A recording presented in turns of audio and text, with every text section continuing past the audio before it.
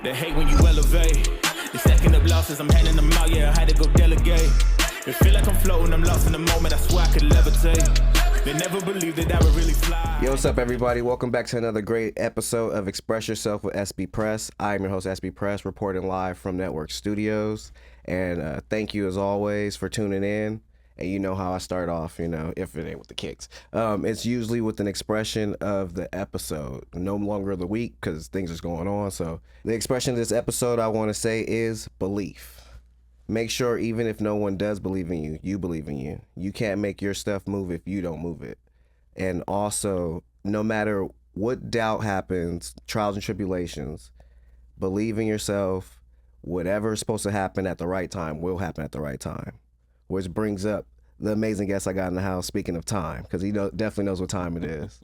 Ladies and gentlemen, let's please welcome in Mr. David Carrington of the one and only, because we ain't got just any type of timepiece. We got a black-owned businessman, not just a businessman. That's right. Okay? So, David, thank you for being here, but thank you for bringing in the watch game, because we about to educate them. All right, man. I appreciate that, man. Thank you for having me. No, thank you. First and foremost, let's let them know where you're originally from, your family upbringing. Yeah, so I'm from originally from Brownsville, Brooklyn, born and raised in New York. Born there, then spent the second half in Queens, Flushing, Queens. I got to shout out my people. Shout out. They be giving me a hard time, man. Brooklyn over here, Brooklyn over here. Brooklyn, you know what I mean? But I do both. So I grew up in Brooklyn and Queens. And then from there, high school, then college in Las Vegas. Okay. So, and then mother and father upbringing, siblings? My moms and pops is both from Brownsville. Ooh, tough. Both from Brownsville, born and raised for them as well. Upbringing, I grew up in the hood, and tough area. You got to see the good and the bad. You know what I'm saying? Like, everybody don't want to focus on the bad. But there's a lot of good stuff that come from that, too, that shapes you as you grow. Growing up in Brownsville was, for me, it was fun. You know what I'm saying? Like, the bad stuff happened, but it's kind of like crazy because it happens and then you're used to it at a young age to where it's like just another day. You know what I'm saying? Like, Absolutely. Something happens. It becomes something of the norm. Right. But you see people come out of that, right? You see people change, whether they, go to jail, whether they have some kind of experience that makes that change happen for them. Or you have people like me who was just there, right? I didn't get involved with the nonsense. Right. But I learned from the environment. I see, I can't be doing stuff like that. You see what happened to people, I grew up in the crack era. Right. Born in 84. Right. So I seen it like as a kid, like people leaning on a corner, like the crazy part. Yeah, we ain't talking just what you see in New Jack City. Like, no, that was it. Like, for real. And you walk into school and there's like little crack vials all over the street, right? That was the reality. That stuff's not fake. So that did the Dare commercials that you used to see, all that stuff, man. They used to, that was a real thing. So for me, it was always like, nah, I ain't getting into none of that because I want to, do better. And plus, my parents, they were there for that, but they weren't in it. Right. My mom wasn't on drugs. She didn't do any of that stuff. You know what I'm saying? And she had me young, so she was still learning as I grew and she grew. You know what I'm saying? So it was cool to kind of be there and learn and grow from that environment. And then what's cool is, like, when I moved to Queens, right? That was like 5th grade, right? So now, remember, Brownsville setting, Black and Spanish, right? Very much mixed. So Trust. Teachers are white, though, right? You got to mix teacher white and black. I have a bunch of black teachers in Brooklyn. Got to have some diversity. Right. So when I moved to Queens, now Queens is where I start having like white classmates, Asian classmates, Indian. You know what I mean? It's a whole pot there. Right.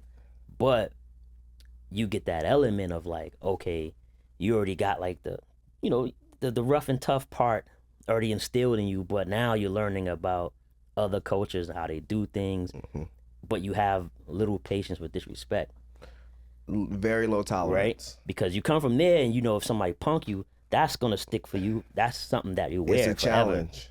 You know what I'm And saying? we don't back down from any challenges. Right. So that was the cool thing about going to Queens is like, okay, you have that quick mentality where it's like, I ain't gonna tolerate, because sometimes they out there, they're a little more casual. 1,000%. They could say stuff, A little right? bit more, suave with it and smooth with it. Yeah. Like, what you say? Like, slick. And that's 5th, 6th, 7th. You know what I mean? So now, by the time you get to 7th grade, they already know how you are, right? So they adjusted to like, and you adjust to them. But I will say, like, as when we were in Queens, that's when my mom, like, she got a good job and life started to like change. Cause I was going to Brooklyn every weekend. Right. So I understand. You know how to go. You go Definitely. to school and then you go back to your grandparents' house on the weekend. We moved from Compton just to go to the IE, and even not even on the weekends. After school during the week, I'm out there with my pops. We just, rocking. Yeah. So, yeah. So my whole family, all the Carringtons are like in Brownsville, right? Tilden Projects. That's where I'm from. Tilden Projects. And, me and my grandparents was in one building. My aunt and all her kids was in another building, and like everybody in between, 8 buildings. So we're all majority there, and then the rest of our family is down south, right. Virginia and all of that. Nice mixture. So the food and the cooking is always on point. Oh man, my grandpa's still down, man. He from Virginia. My grandmother's side from South Carolina. Oh. So they putting their feet in it. They putting their feet in it. You already know, right? Facts. So, but that's where I got like the raising of like, okay, I'm from Brooklyn, but a lot of Southern hospitality in the crib. 1,000%. But they came up young. See what I'm saying? That whole movement in the 40s and 50s and all that, when all of the folks was coming up from down south, as soon as they turned 18, 19. It became more of I want to say a luxurious lifestyle. Yeah. And speaking of luxurious lifestyle, you have this amazing brand. Yep. Black owned again. Yep. Okay? Don't get it twisted. Compasstimepieces. Yeah. Right? Luxury brand. Let's go ahead and take a deep dive into the importance of it and what a lot of people don't know. And let's educate some people out there. Yeah. All right. So when did you initially start? I started let's just take it back. I've always had the idea of starting this business. High school, right? Yeah, we talked about that. Yeah. Right. So I always wanted to do it. There were certain barriers and parameters around it that I didn't do it, right? People, naysayers, scaring you off with this. Right. Oh, why would you want to do that when people already like what they like, And the other aspect of it was there wasn't anybody that looked like me in the industry. We're all buyers, and we're all wearing it. Brand ambassadors, but never the actual. We're never the owners. And for some reason, back then I'm younger, so I'm thinking, well, maybe it's just not something we can do, right? Maybe it's something they allow. Maybe it's gate kept. I don't know, right? Right. But I ain't trying to find out and waste time and money. That was in high school, after high school, like, early 20s. The entrepreneurial mindset was scary. Right. It's like, dang, I don't want to end up like so-and-so on the block who started a business, right? And then it ruined them, and now he never bounced back. You see what I'm saying? But you also see success. For me, growing up where I grew up, success was either rap, play ball, right? Or, you got a good job and you stay with that for 20 years and retire. Right. At like your 40. Pension, at like 42, and then you go do something else. Yeah. You know what I mean? Like people, like I know people who got straight into like school safety or police right after high school. Right after high school and stuff, or military and stuff. So then it's like by the time they 40, early retirement. They living their life. They chilling. So that was kind of like the model that was set. You know what I'm saying? And it's nothing wrong with that. I always thought it was dope. I have my uncle. He chilling. He been chilling for 20 years. You know what I'm saying? But at the same time, when you wanna change something, or when you wanna have an impact, because that was the thought behind the brand was to be legacy minded and build it on purpose, right? So if you're purpose driven and you wanna leave a legacy for those around you, and leave something behind that'll carry on, you gotta kind of do a little bit more. And I always thought, well, how can I do that, right? How can I how can I do that with watches, times, right? Mm-hmm. Timepieces is Pun intended, timeless. it's timeless, but it's also a tool that got lost in the sauce, right? Mm-hmm. And what I say got lost in the sauce is these, most people wearing watches you can't even tell the time. There's so much diamonds in it. Right. They're just wearing it.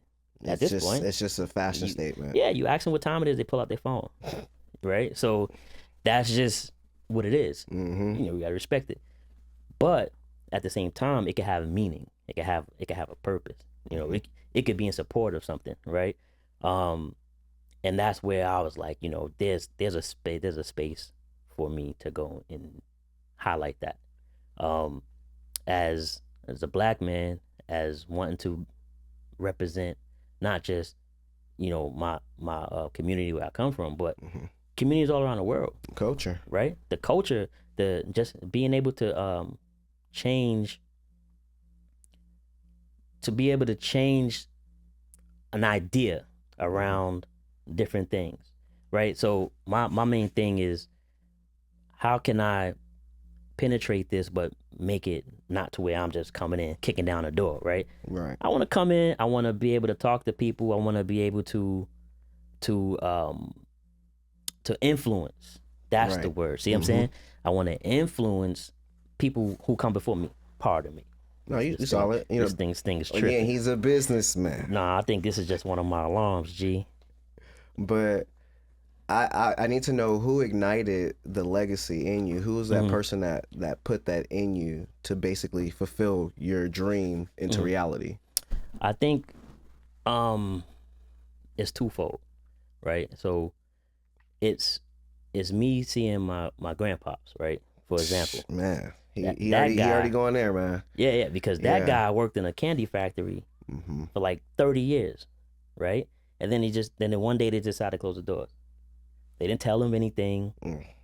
They didn't give him no, hey, we're shutting down at the end of the year. Be ready.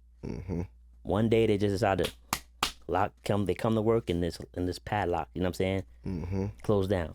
Done. What are they supposed to do? Right?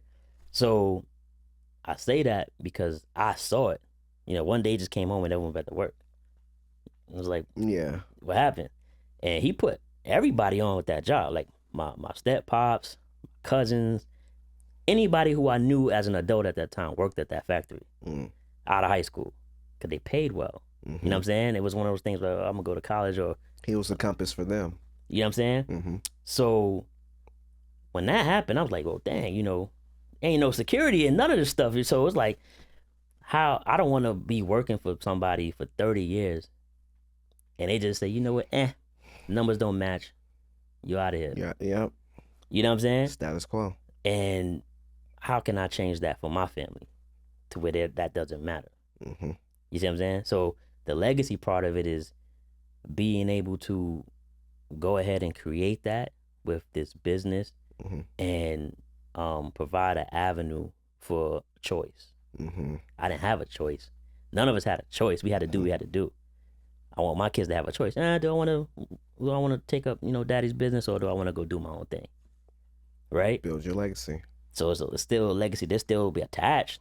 I do know that they wouldn't let it fail. Right. I would hope so. They're babies, they're kids now. Support me. You know what I'm saying? But I would have the infrastructure in place to where it'll run. It'll provide for generations. That's the goal. But you want to set the example.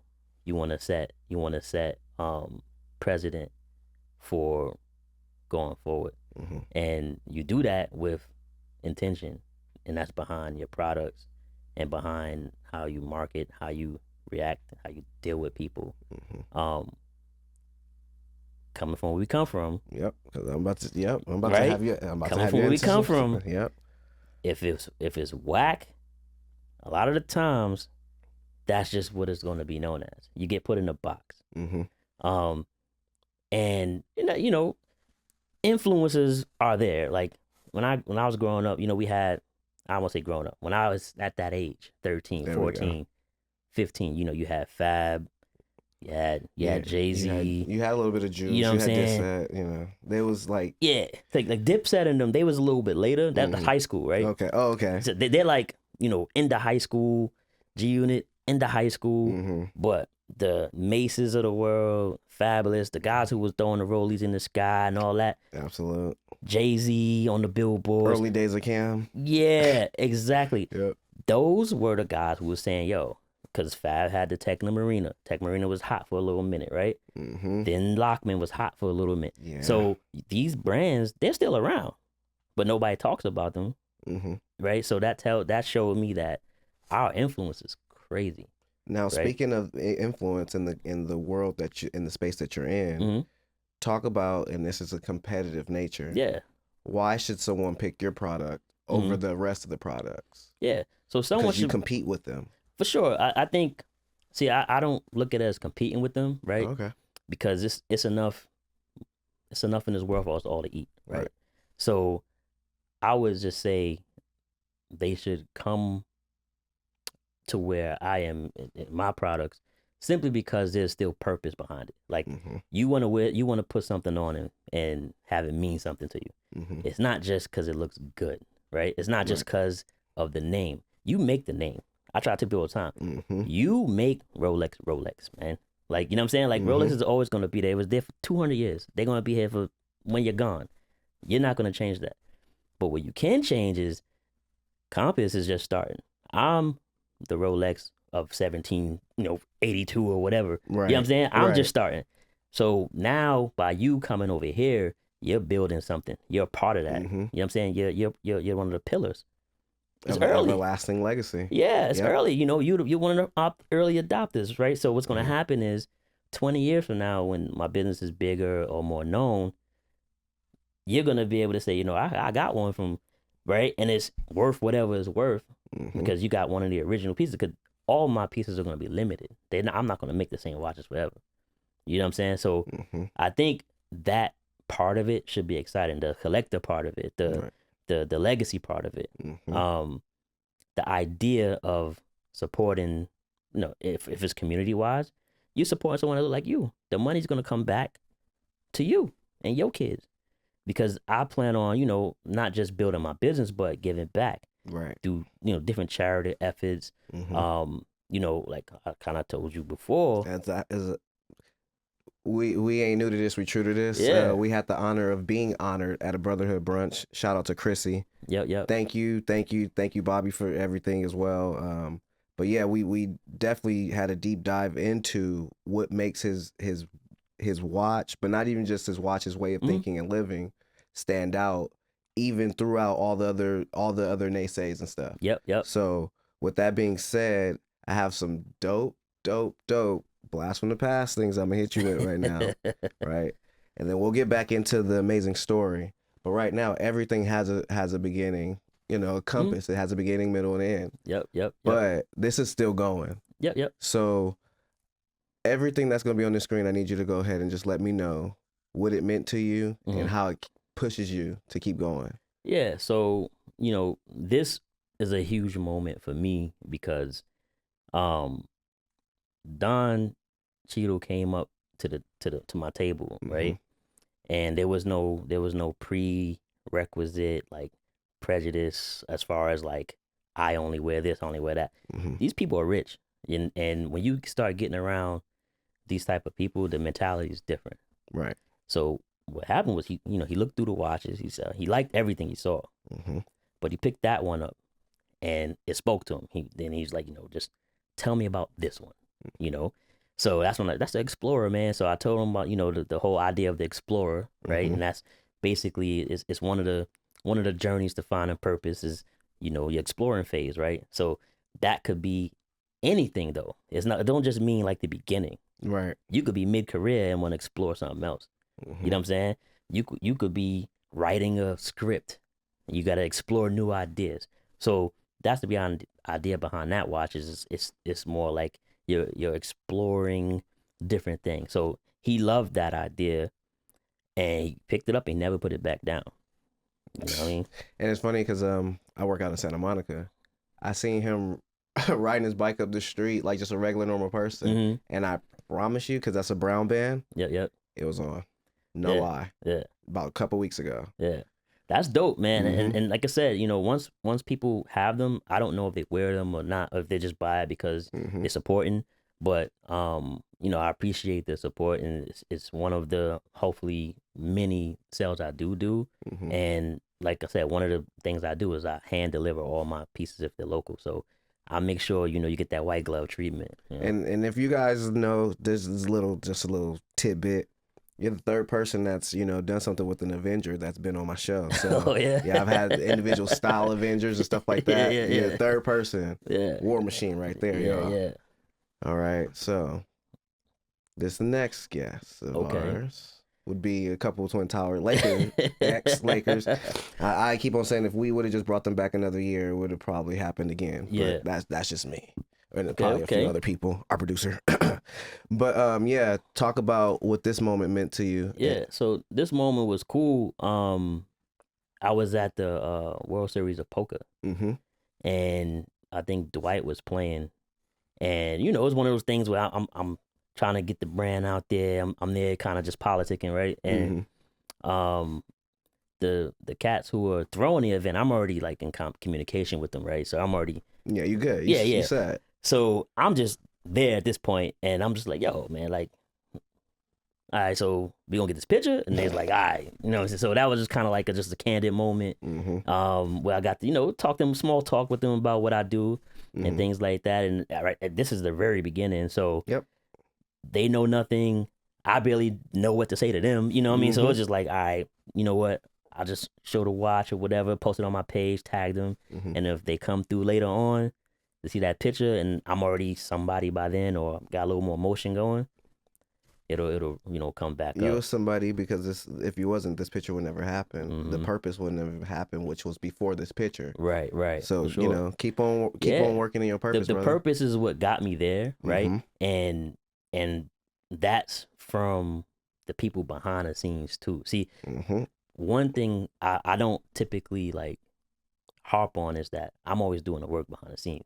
You may see me out, but I'm constantly in the emails. I'm constantly, on LinkedIn. I'm using all avenues to communicate and outreach to people. Right. Some people write back, some people don't. Right. So now that's the frustrating. That's the learning part. Yeah, because it's like exactly what we're talking about. I'm like, I always answer all people who email me. I answer them all. Hey, like I told you, I looked in your eyes. Man. I'm gonna have you sitting across from me on my show, bro, and rightfully so. And you're just one of everyone, not even me. Everyone that was there that day is gonna be on this platform, being able to express themselves. Yeah. So thank you for being the first one of the rest. Oh yeah, for sure. Definitely. We got more to get through, brother. We got more because this right here. Yeah. This is the full compass. This is why. Yes, that's the why. Explain to everybody the importance of having a devotion in a family that's really fully supportive of what you do, not because of what you're leaving for them, but because you believe in yourself. So it makes it easier for them to believe in you. For sure. So, as you see, that's my family there, my wife and my 3 kids. This was actually, we went up into the mountain behind the crib. It snowed a little bit, but the purpose is to set the example, right? And I grew up single mom crib. I had my step pops here. You know what I mean? Yeah. But it was mostly my mom's, right? So I knew when I grew up, I wasn't going to repeat the cycle. You know what I'm saying? And I knew it's important to have that male figure who's doing something. Like, you could work, have a business, whatever it is that you do, it has to be in the household for your kids to see. They're not going to imitate you right away. They're going to be kids. But if they see your work ethic, they see you love their mom, they see you do things, the small things for them, I ain't going front. I'll be tired. You know what I'm saying? I mean, I'm sure. It's like, a lot of the times, hey, daddy, can you do this? Nah, I'm good. I'm tired. I just got back. It's a lot of that, but it's also a lot of, what you doing, boy? I'm playing the game. All right, let's go outside. So it's still a lot of that. You still find time in when you have the energy to do it. But this picture right here represents just what people think isn't a thing. It's the black household, right? So this is most people, even though out there it's portrayed different. Completely. This is totally normal. You know, it may not be normal where I come from, right? That's just a small bubble in a big world. 1,000%. You know, And I mean, I had a 2-parent household as well.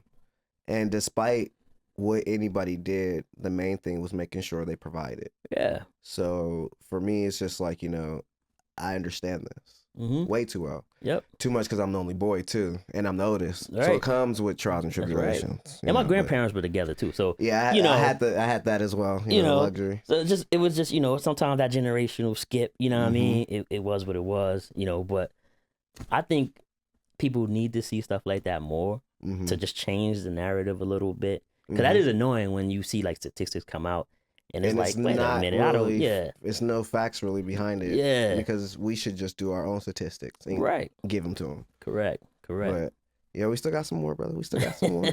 Because again, you got a journey that's still going. For sure.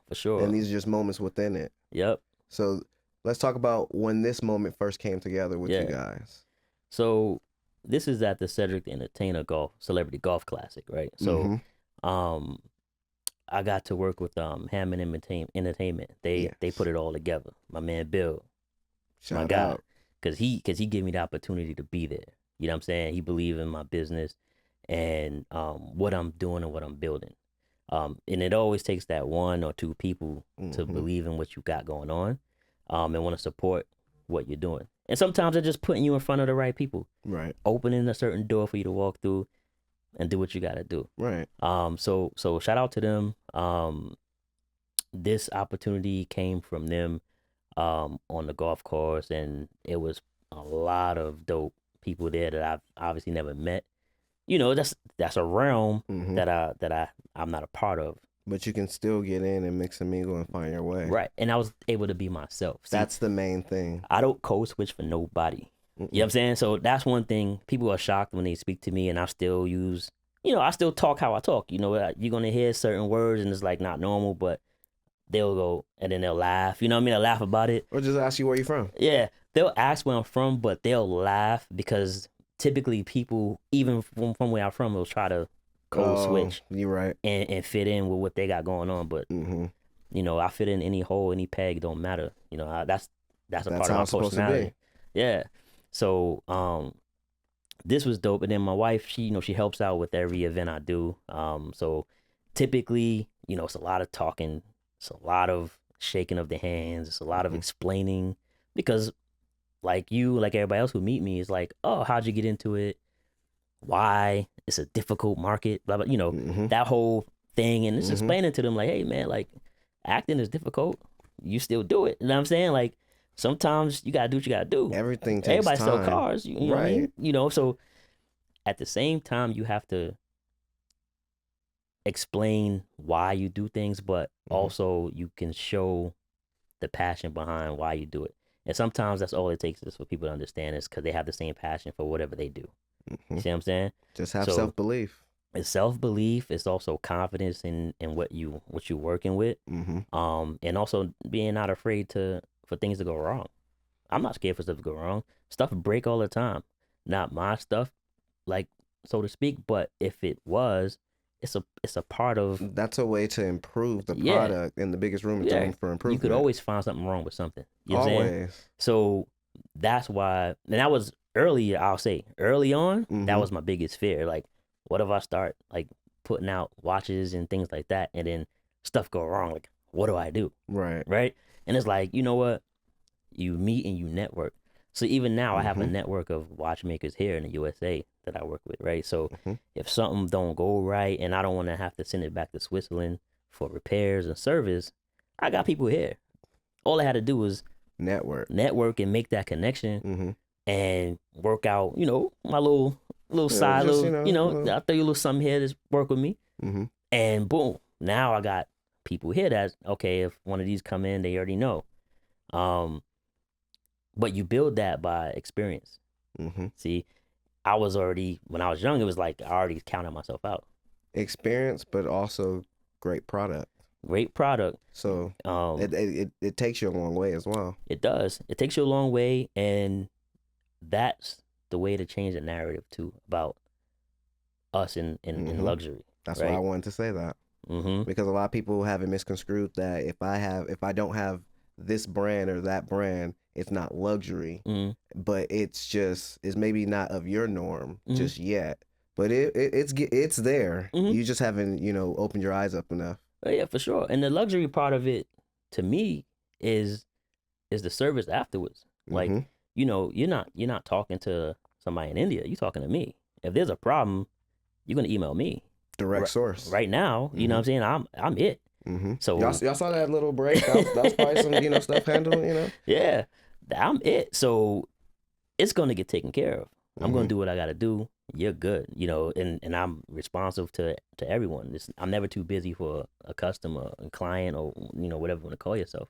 So the luxury aspect of it is the fact that you have literally access to the person in charge of everything. Right. You can't have an issue with your Rolex and get the chairman of Rolex. Like you can't get the whole, no, you have to, there's steps to it. Yeah. But the thing is they can just, with your product, they can step straight to you. Yeah. Say, hey man, this ain't working right. No problem. I'll come check it out. I'll get a service for you. No worries. You know what I'm saying? These are like cars, man. Like you get them service. I always tell people, get your watch service every 3 to 5 years, man. You know what I'm saying? And it's going to run for your life.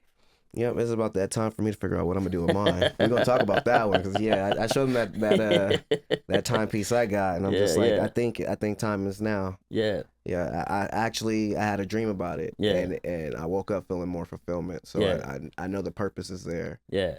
But I don't live too far from this individual. Okay.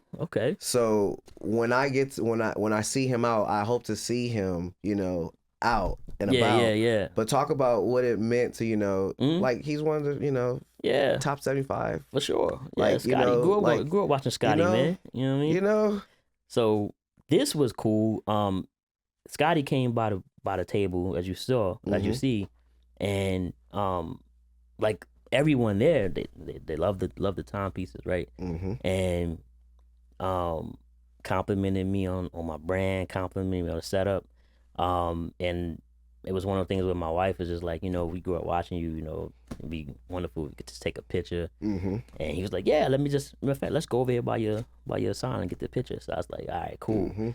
But the dope thing for me, because I didn't know what to expect, because in my mind is like, okay, these are all rich millionaire people, they see high-end stuff all the time. You know what I'm saying? I didn't know how they would see my stuff, define it, and react to it versus like, okay, I see stuff like this all the time, or really be like, this is unique, this is fire, and everybody was like, beautiful watches, these are fire, like everybody. So it gave me like that extra boost because I already knew my stuff was nice. But I didn't know how. When you got those cosigns, it was like, okay. Yeah, because Stamped whack rappers think their stuff is tough, right? So all the time. Yeah, all so the time. you gotta be like, dog, like once somebody's like, oh, this is fire, right? Now it's like, okay, I'm on the right path. So you continue to build and you grow and you come up with new stuff. But this was the first golf tournament I did, and the reaction was way more than I thought it would be. So I was super happy with the results of just meeting people. And like I said, it's all about brand awareness. They didn't have to buy anything. Nobody bought anything here, but it was more like they know if they see that logo now, they say, oh, I met him, oh, I remember him. Where I remember that from? As long as I can get one of those, it's progress. It's a real man with a real brand. Oh yeah. And I believe we got what, one more, something like that. Yeah, I mean, I do homework. Ain't nothing changed. Okay. But you had the luxury of actually, sharing a moment with greatness right there as well. Yeah, the man of legend, Dr. J right there. Talk about, the impact of having this moment. Yeah. Like I told him, I said, yo, man, like my grandfather would lose it. You know what I'm saying? I said, yo, my grandpops would lose his mind right now. Because, I grew up in a house where he's talking about Dr. J and Wilt and all the guys. You know what I'm saying? Like, Bill Russell. And I wasn't trying to hear all that, man. I'm like, yo, and this Jordan. Put on Jordan. Yeah, Jordan, you know, at that time, you know, Jordan, Bird, Magic. You know what I mean? That was my era. Then it came, you know, I go mid-90s, Chris Webber and all of them. Yeah. So this was cool because, you know, he started laughing and you know, the cat said, let me sit down for a second, young fella. You know what I mean? So he sat down and I was like, well, shit, I might as well get this picture then. You know what I mean? Absolutely. So that's kind of where that came up. And as you see, I had the watch box open there because this is right after Don had made his purchase. So I was setting up all the stuff. Yeah, I was doing it all right there. Oh, yeah. So that was cool because it's at the golf course. So the next group. So his group came through, and then that's kind of how that happened. But this was a huge moment for me because this is like all like childhood stuff. People you don't think about you're gonna meet. You know, when I started this business, it wasn't so I can meet celebrities, right? It was literally I wanted to make timepieces that meant something, you know, and stood on business. And how was I going to get it out to the world, right? So this is just, you know, this is icing on the cake right here, man. And I felt that when you mentioned the grandfather situation because it's like I'm in my purpose doing what we're doing today. Yeah. And continuously doing it, and I owe that a full testament to my grandfather by installing the belief in me, and then coming across individuals like Ken who believes in me, and even if I want to give up, he won't let me because he understands what's here. So like I said, iron sharpens iron, and you know, you've had a lot of incredible moments with incredible people, but if someone asked you, would you really want to put out there and represent and make your brand, not necessarily, again, not competition. Everybody can eat. Everybody eats, B. Everybody eats. Everybody. But more so stand out and give it its proper shine that it deserves. Yeah, so I would just say it's like everything is story driven. Everything should, so it should tell your story. It should tell how this particular timepiece for me helps shed light on your story, right? So when somebody asks you, oh, that's a nice watch, where'd you get it, or why'd you buy it, and you can say, oh, well, this one here is a jet setter, right? I travel all the time. I wear bomber jackets, you know what I mean? This is fire, right? So you can say that, and it'll be true, right? And it's because this watch I'm wearing now is called a jet setter, right? That's right. Tell the story. But it's a pilot watch, right? So when I thought about it, I was like, well, you know, I'm thinking of like, shoot, if I'm keeping it real, back when I was a kid, we had tailspin, right?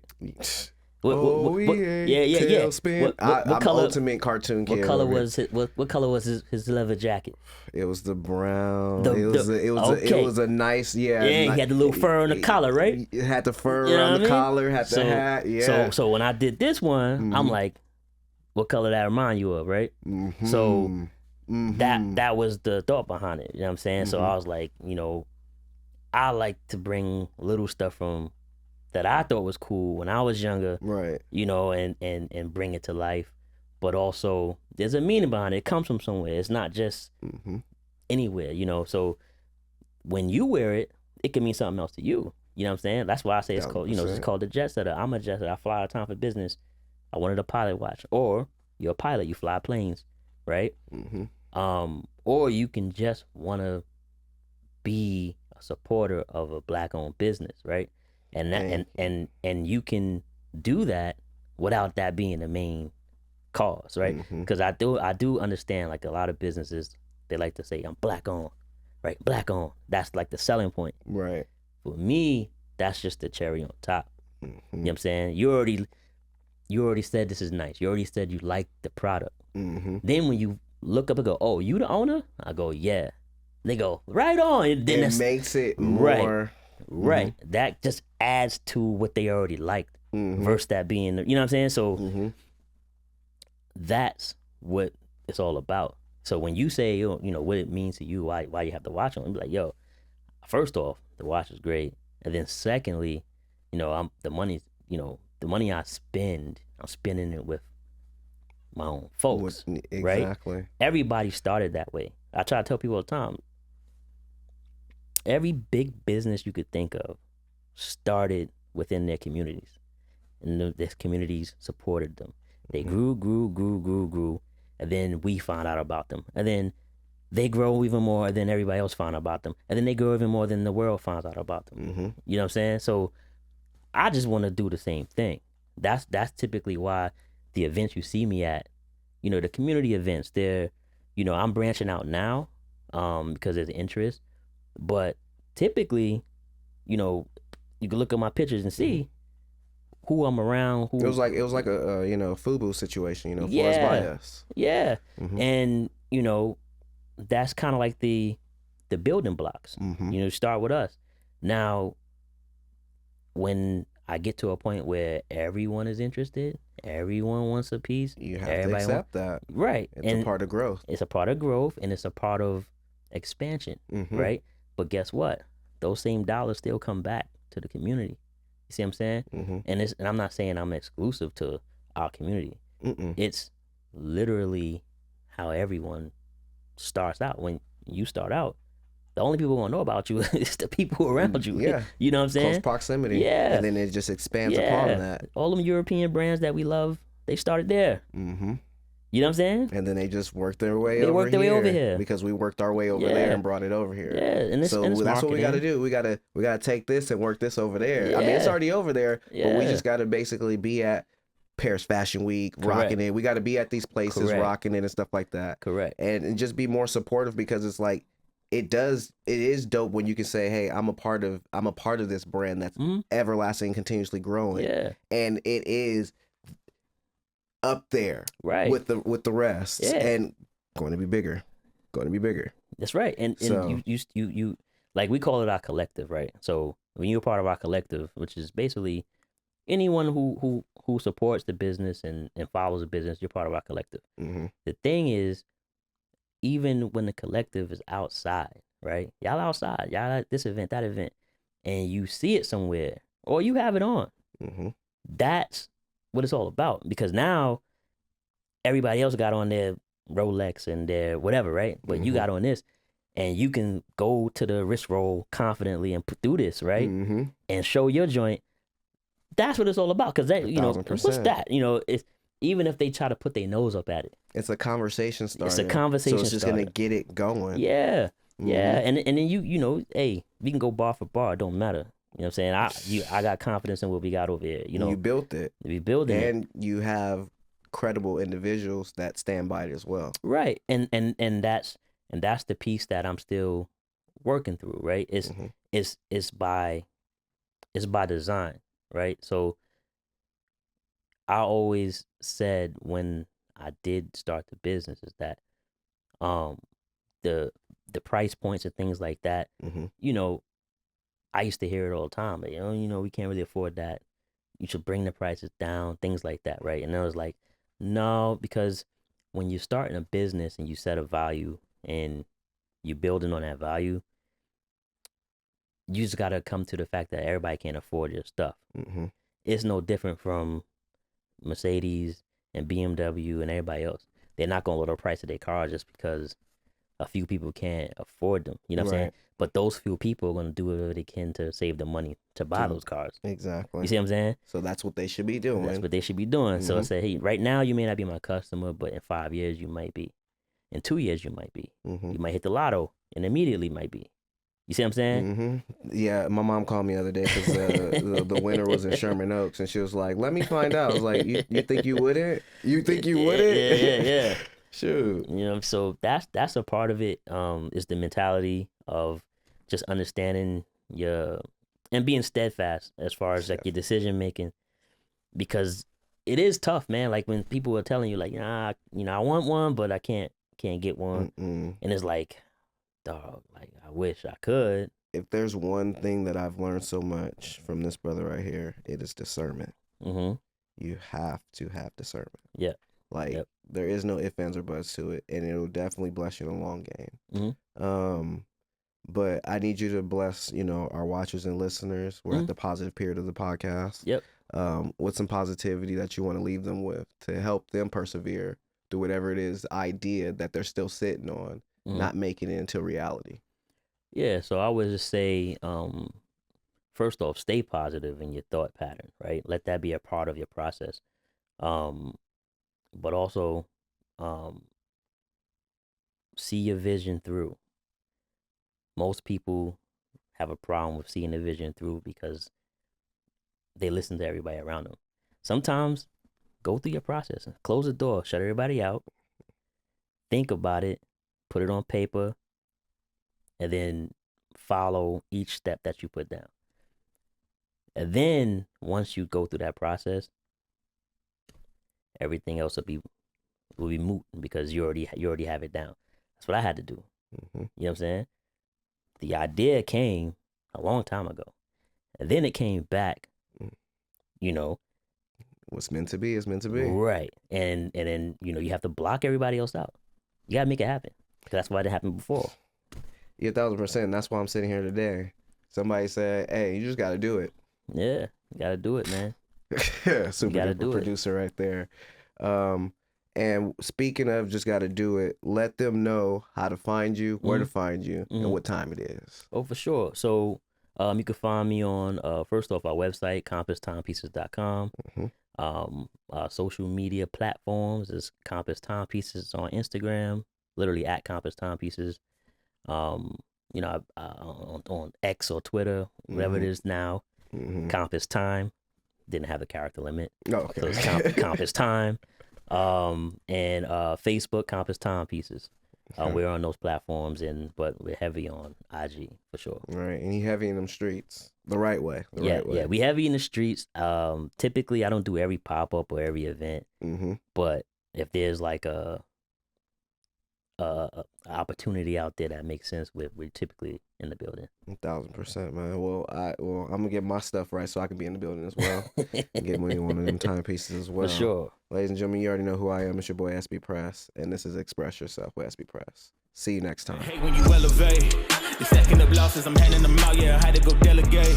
It feel like I'm floating, I'm lost in the moment. I swear I could levitate. They never believed that I would really fly.